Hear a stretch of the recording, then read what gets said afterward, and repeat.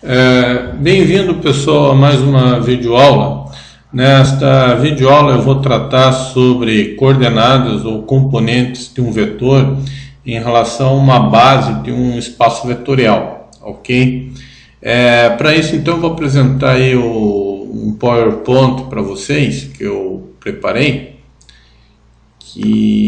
para me ajudar nas minhas explicações. Então, tá aí. Então, o título é esse: coordenadas ou componentes de um vetor em relação a uma base de um espaço vetorial, né? Então, para você aproveitar bem esta videoaula, é necessário que você saiba os seguintes conceitos, tá? Definição de conjunto de vetores LI ou LD, ou seja, o que é um conjunto de vetores linearmente independentes e linearmente dependentes, tá? Outra definição que você precisa, né? Definição, o que é um conjunto gerador de um espaço vetorial, tá? E em conjunto com essas duas definições, nós temos o que a gente define por base, e dimensão de um espaço vetorial.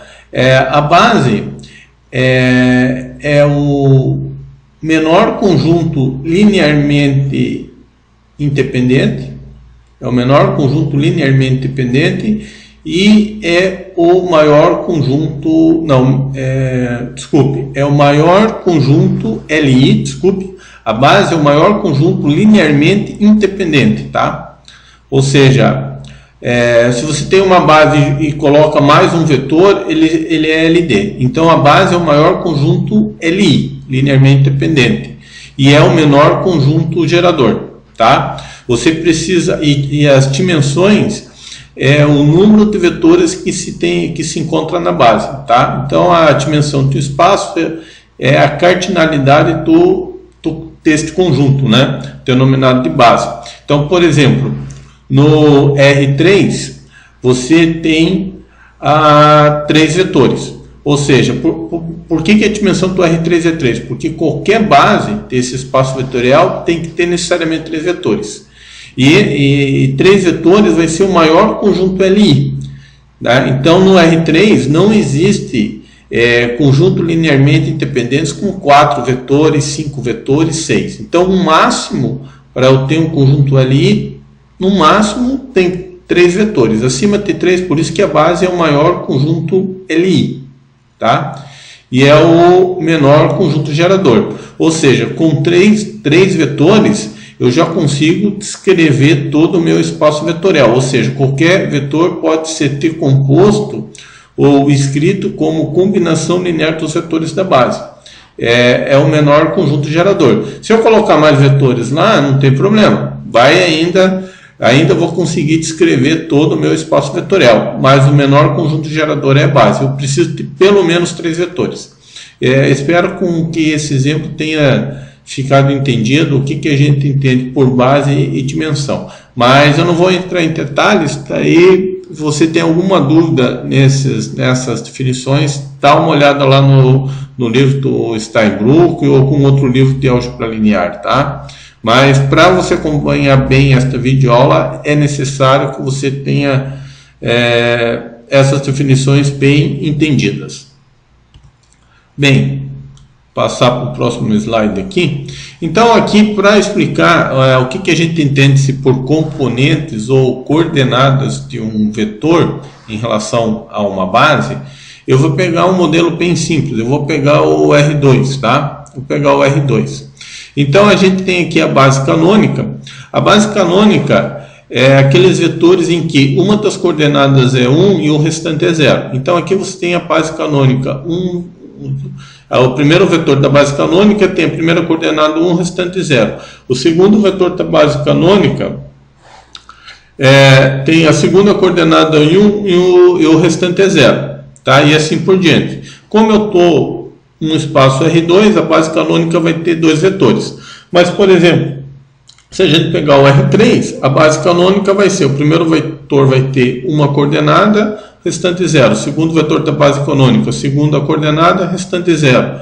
Terceira coordenada igual a 1, restante é 0. Se eu tivesse lá no R3, tá? E assim por diante. Então, esse conceito de base canônica, ele pode ser generalizado. E aqui eu vou pegar uma base qualquer do R2, tá? Eu vou pegar essa base aqui em que o primeiro vetor aqui é 2 e 0 e o segundo vetor é 1 e 3, tá? Essas bases aqui são orientadas, tá? Então aqui a gente lê da esquerda para a direita, né? Quem é o primeiro vetor, o segundo vetor, etc. Então vamos considerar aqui um vetor qualquer de coordenadas 8 e 6. Primeiro eu vou fazer uma apresentação aqui no PowerPoint, depois eu vou lá para o GeoGebra, só para a gente ter essa noção geométrica aqui dos resultados algébricos que a gente obteve aqui no PowerPoint, para não ficar precisando indo e voltar e estar maior fluidez na apresentação. Primeiro eu vou fazer tudo no PowerPoint, depois eu vou lá para o GeoGebra. Então aqui as componentes ou as coordenadas desse vetor em relação à base canônica é 8 e 6, né? Porque quando eu faço 8 vezes o primeiro vetor na base canônica, 6 vezes o segundo vetor na base canônica, eu tenho exatamente esse vetor. Então esse vetor aqui em relação à base canônica, que tem os vetores 1, 0 e 0, 1, tem essas coordenadas ou essas componentes. Então as coordenadas ou as componentes de um vetor são aqueles escalares ou aqueles números que multiplicam cada vetor da base. Agora vamos considerar agora a base B1, cujos vetores são 2 e 0 e 1 e 3, né? Aquilo que eu apresentei lá no slide anterior. Então vamos encontrar as coordenadas. Na base canônica é bem simples de obter, é bem óbvio, né? Mas agora quando são outra base, daí já não é tão imediato assim, né? Então aqui, como eu não conheço ainda as coordenadas do vetor V em relação à base B1, eu vou chamar de alfa 1 e alfa 2, que vão ser números ou escalares a serem determinados. Então, usando a definição de componente escalar, então se o alfa 1 é a primeira componente desse vetor, significa que quando eu faço o alfa 1 vezes o primeiro vetor da base, mais alfa 2, que é a segunda componente, ou a segunda coordenada do vetor, vezes o segundo vetor, quando eu faço essa combinação linear, eu tenho justamente esse vetor aqui. Tá? Então, resolvendo aqui, aplicando a definição de produto escalar e soma de vetores, né, a operação usual, eu tenho justamente essas expressões aqui. Então, eu tenho 2 vezes alfa 1, vai ficar assim, 2 vezes alfa 1 mais alfa 2. Depois vai ficar 3 vezes alfa 2. Isso aqui eu vou igualar as componentes ou as coordenadas desse vetor com essas aqui. Então fica esse sistema já está na forma escalonada, bem simples de resolver, né? Então os valores para alfa 1 é 3 e para alfa 2 é 2. Se o sistema for mais complicado, daí você tem que fazer o escalonamento. Então esse vetor aqui, o vetor V, as componentes do vetor V em relação à base B1 pode ser expresso dessa maneira, 3 vezes o primeiro vetor mais 2 vezes o segundo. Essa combinação está justamente o vetor V. Eu posso escrever dessa forma, tá? As componentes, eu posso escrever tanto assim como assim. Aqui fica implícito quem é a base, tá? Sempre é bom destacar o seguinte, que quando a base não for a canônica, eu tenho que necessariamente fazer uma referência a qual base eu estou me referindo, tá? Quando a base não for canônica, você tem que colocar índice. Porém, quando a base for a base canônica, eu não preciso colocar, daí eu posso escrever assim, né? Tá vendo? Aqui, essas componentes, essas coordenadas, as coordenadas do vetor em relação à base canônica. Ó, não tem nenhum conjunto aqui que eu esteja me referindo, tá? Então fica subtendido que o primeiro vetor é o vetor 1, 0 e o segundo vetor é 0, 1. Então, quando eu não colocar nada, por convenção ou tradição também, fica convencionado que eu estou me referindo à base canônica, tá ok? Então essa foi a apresentação no PowerPoint, tá?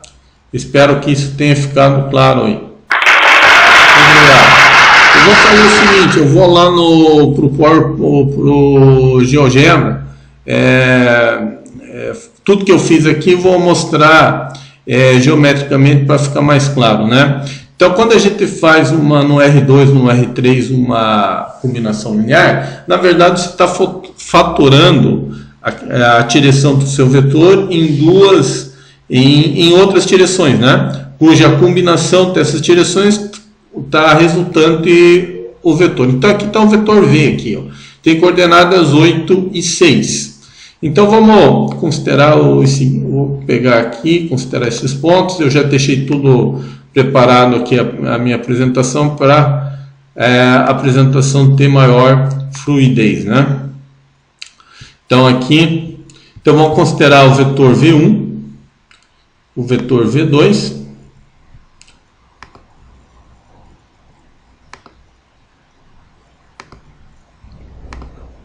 pronto.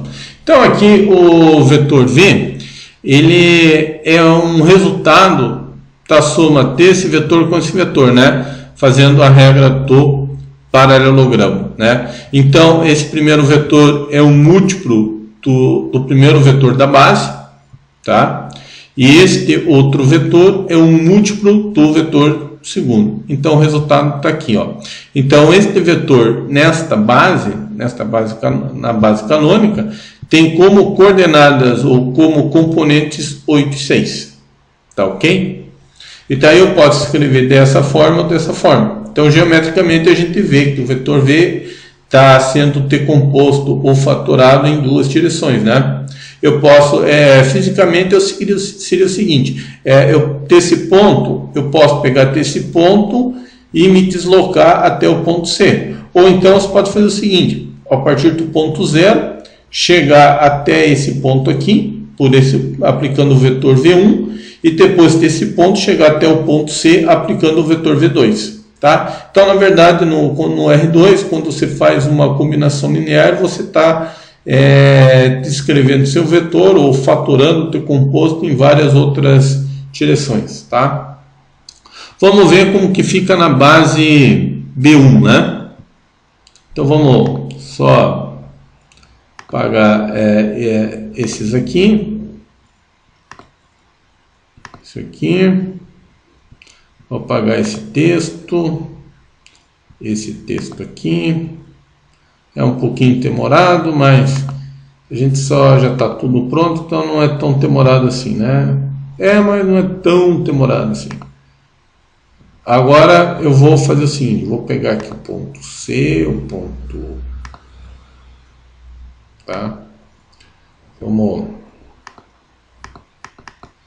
aqui considerar esse vetor, este vetor,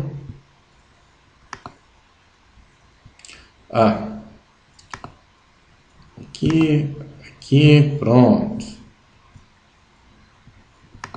Eu já deixo tudo pronto para isso aí, pronto. Só tem um detalhe aqui que ele não me salvou, mas eu vou colocar aqui. Ele vai demorar um pouquinho para abrir, mas eu preciso só colocar um detalhe aqui nesse último texto aqui que eu cliquei. É isso. Ele é um pouco demorado porque tem outros programas abertos aí. Daí ele demora um pouco. Vou lá no texto. É só para acrescentar um detalhe que eu acho que é importante aqui.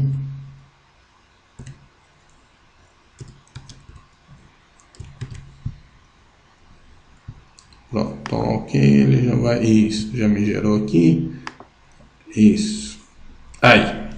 Então, olha só, agora a base que eu estou considerando é outra. O primeiro vetor da base é 2, 0, o segundo vetor é 1, 3. Este vetor aqui é o múltiplo do vetor da primeira base. Então, está vendo que tem a mesma direção. Então, esse vetor aqui é o resultado de fazer 3 vezes esse vetor. E este outro vetor aqui é um múltiplo do vetor da segunda base. Pela mesma regra, pela regra do paralelogramo, um vetor V é uma soma deste vetor com este vetor aqui. Então, o vetor V é uma combinação linear desse vetor e desse vetor. E as coordenadas são os números que aparecem na frente. Então, trata-se do mesmo vetor, cuja agora as componentes ou as coordenadas desse vetor na base 1 é 3 e 2. Então acho que por esses dois exemplos fica claro que as componentes ou as coordenadas de um vetor sempre vai depender dos vetores que eu tenho da base, né? Para cada base eu tenho umas coordenadas diferentes. Um detalhe que eu não coloquei aqui, que eu vou te dizer agora, é o seguinte, que cada vetor se expressa de maneira única como combinação linear dos vetores da base. Então, para cada vetor só existe uma única forma, uma única maneira de expressar este vetor como uma combinação linear dos dois vetores. Então, cada vetor vai ter uma componente ou uma coordenada em particular em relação a uma base. Tá? Aqui não tem como ter dois vetores diferentes com as mesmas coordenadas. Tá? Cada vetor vai ter uma única maneira de eu expressar como combinação linear dos demais. Tá? Então, por essa videoaula é isso. Eu agradeço a sua visualização. Tendo sugestões e dúvidas, você pode colocar na caixa de descrição, na caixa aí. Se gostou, por favor, eu peço que tenha um like e por isso, hoje é isso, tá? Então, obrigado então. Até mais.